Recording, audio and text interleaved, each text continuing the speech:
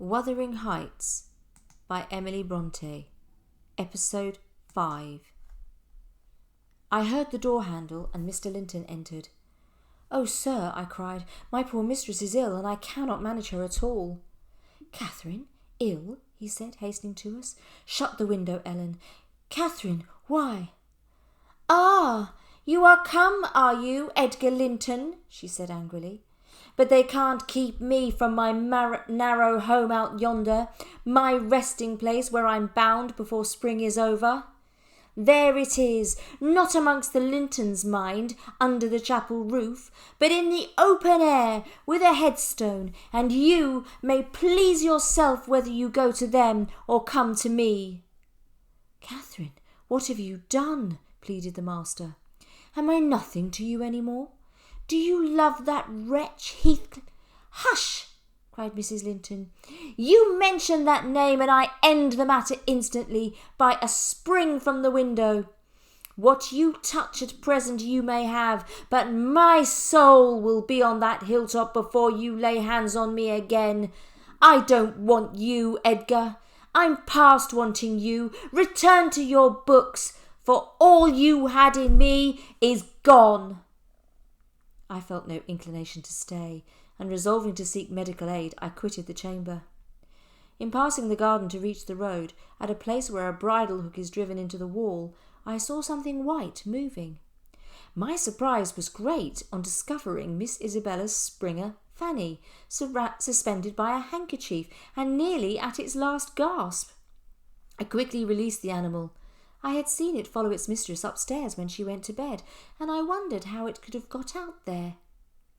My account of Catherine Linton's condition induced Dr. Kenneth to accompany me back immediately, and when we arrived at the Grange, the little dog was still in the garden and would have escaped into the road had I not seized it and conveyed it in with me. On ascending to Isabella's room, my suspicions were confirmed. It was empty. I dared not rouse the servants and fill the place with confusion, still less unfold the business to my master, absorbed as he was in his present calamity. The doctor, on examining the case for himself, spoke hopefully to Mr. Linton. To me, he signified the threatening danger was not so much death as permanent alienation of intellect. Neither I nor Mr. Linton went to bed that night, and the servants were all up long before the usual hour. Everyone was quietly active but Miss Isabella, and they began to remark how sound she slept. Her brother, too, asked if she had risen, and seemed impatient for her presence. But I was spared the pain of announcing her flight. One of the maids, who had been on an early errand to Gimmerton, came panting upstairs, crying, "Master, master, our young lady, she's gone, she's gone. Yon Heathcliff's run off with her." "That's not true," exclaimed Linton, rising in agitation. "It cannot be. How has the idea entered your head?" "I met a lad on the road, and he told me how a gentleman and a lady had stopped to have a horse's shoe fastened at a blacksmith's shop 2 miles out of Gimmerton not long after midnight. Heathcliff it was, and Miss Isabella." "Are we to try to overtake and bring her back?" I inquired. "How should we do?" "She went of her own accord," answered the master. "She had a right to go if she pleased. Trouble me no more about her. Hereafter she is only my sister in name, not because I disown her, but because she has disowned me." For 2 months the fugitives remained absent. In those 2 months Mrs. Linton conquered the worst shock of a brain fever. No mother could have nursed an only child more devotedly than Edgar tended her, and though the doctor remarked that his health and strength were being sacrificed to preserve a mere ruin of humanity, he knew no limits in gratitude and joy when Catherine's life was declared out of danger. She was soon strong enough to move into the parlour. I thought she might recover, and there was double cause to desire it, for on her existence depended that of another. We hoped that in a little while Mr. Linton's heart would be gladdened and his lands secured from a stranger's grip by the birth of an heir. Isabella sent her brother, some 6 weeks after her departure, a short note announcing her marriage to Heathcliff. Linton did not reply to this, and in a fortnight more I got a long letter, which I considered odd, coming from the pen of a bride just out of the honeymoon. I'll read it, for I keep it yet. Dear Ellen, it begins. I came last night to Wuthering Heights and heard for the first time that Catherine has been and is yet very ill. I must not write to her, I suppose, and my brother is either too angry or too distressed to answer what I sent him. Still, I must write to somebody, and the only choice left for me is you. Inform Edgar that I'd give the world to see his face again, that my heart returned to Thrushcross Grange 24 hours after I left it, and is there at this moment, full of warm feelings for him and Catherine. I want to ask you a question. Is Mr. Heathcliff a man? If so, is he mad? And if not, is he a devil? I shan't tell my reasons for making this inquiry, but I beseech you to explain, if you can, what I have married. That is, when you call to see me, and you must call, Ellen, very soon. Don't write, but come and bring me something from Edgar. Now, you shall hear how I have been received in my new home, as I am led to imagine the Heights will be.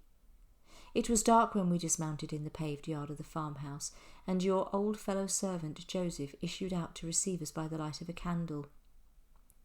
Heathcliff stayed to speak to him, and I entered the kitchen, a dingy, untidy hole. It is so changed since it was in your charge.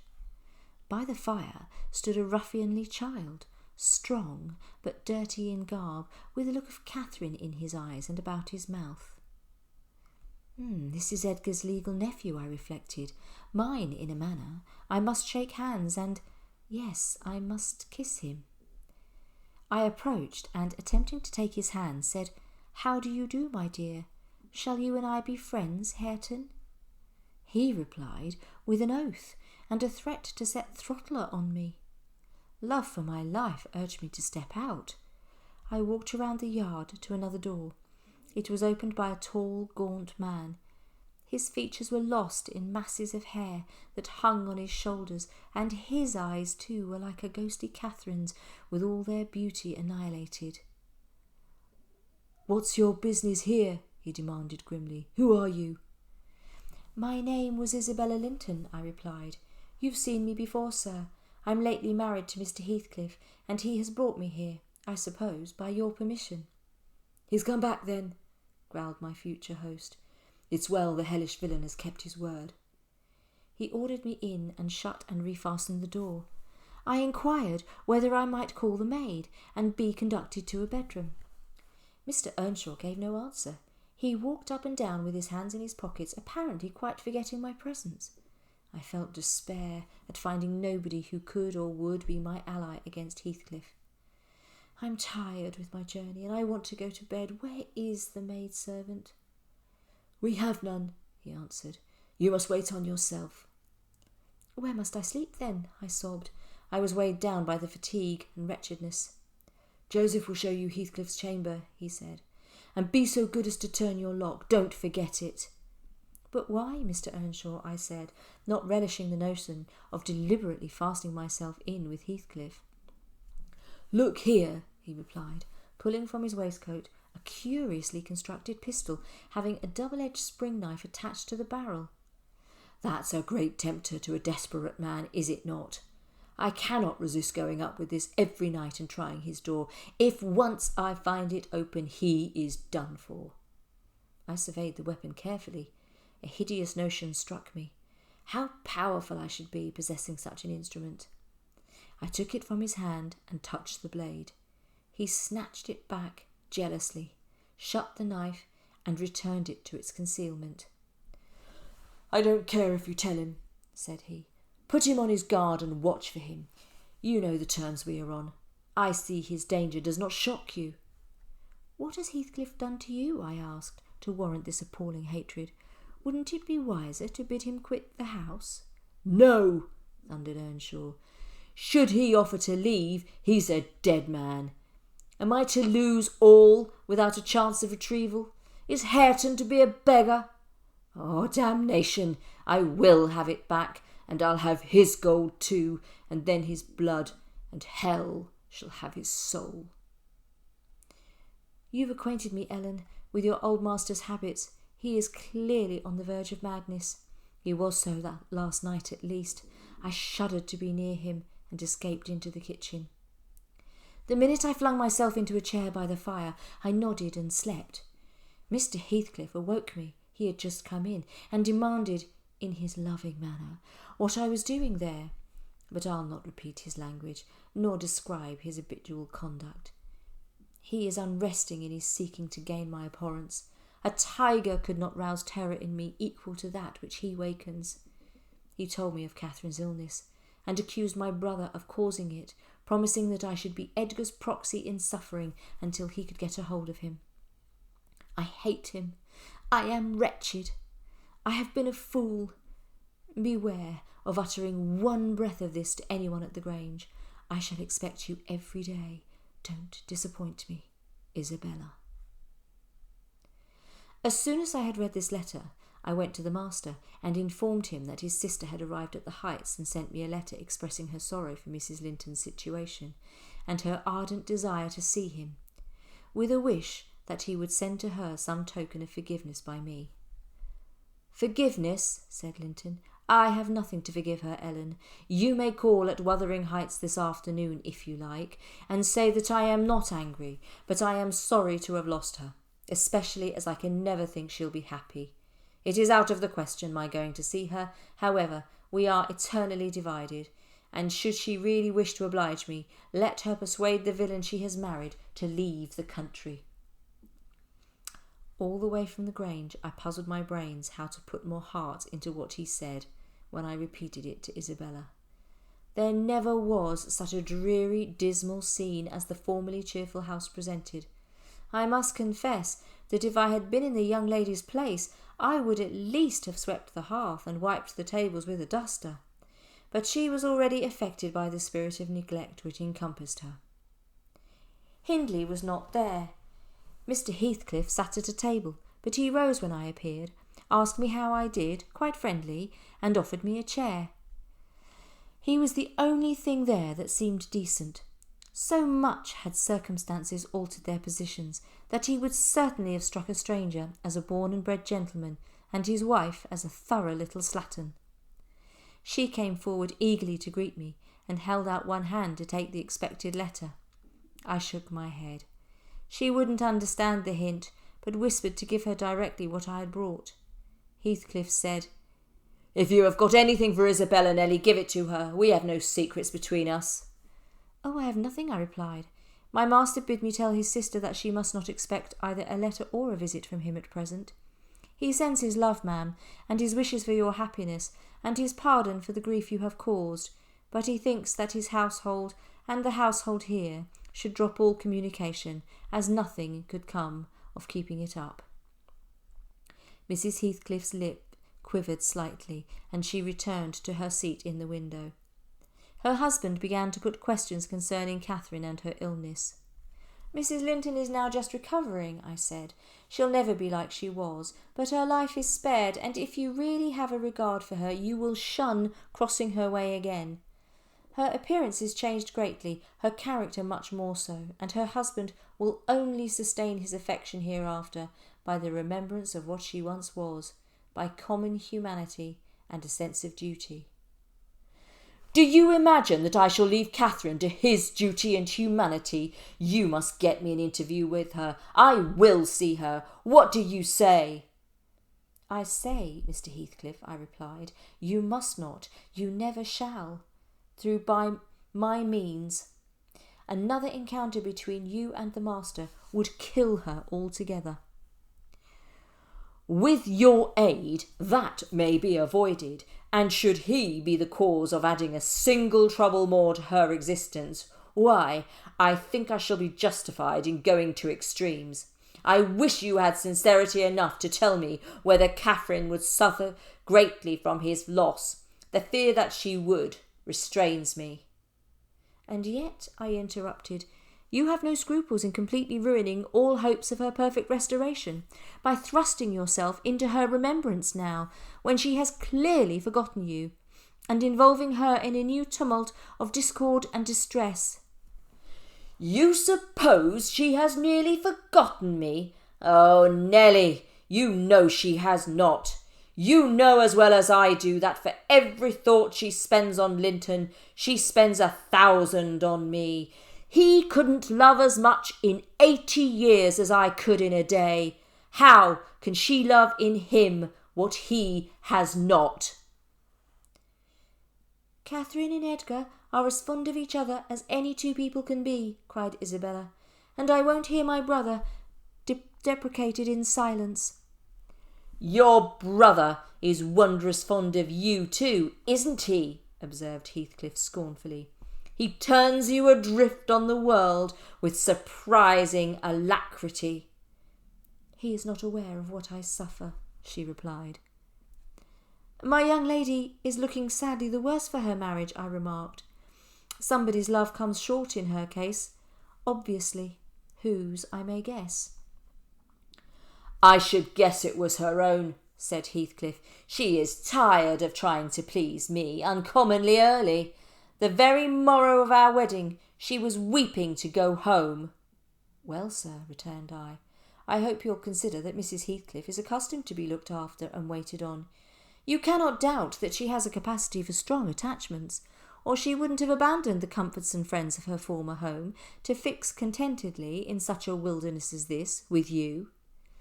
She abandoned them under a delusion, picturing me a hero of romance. I can hardly regard her as a rational creature, but at last, I think, she begins to know me.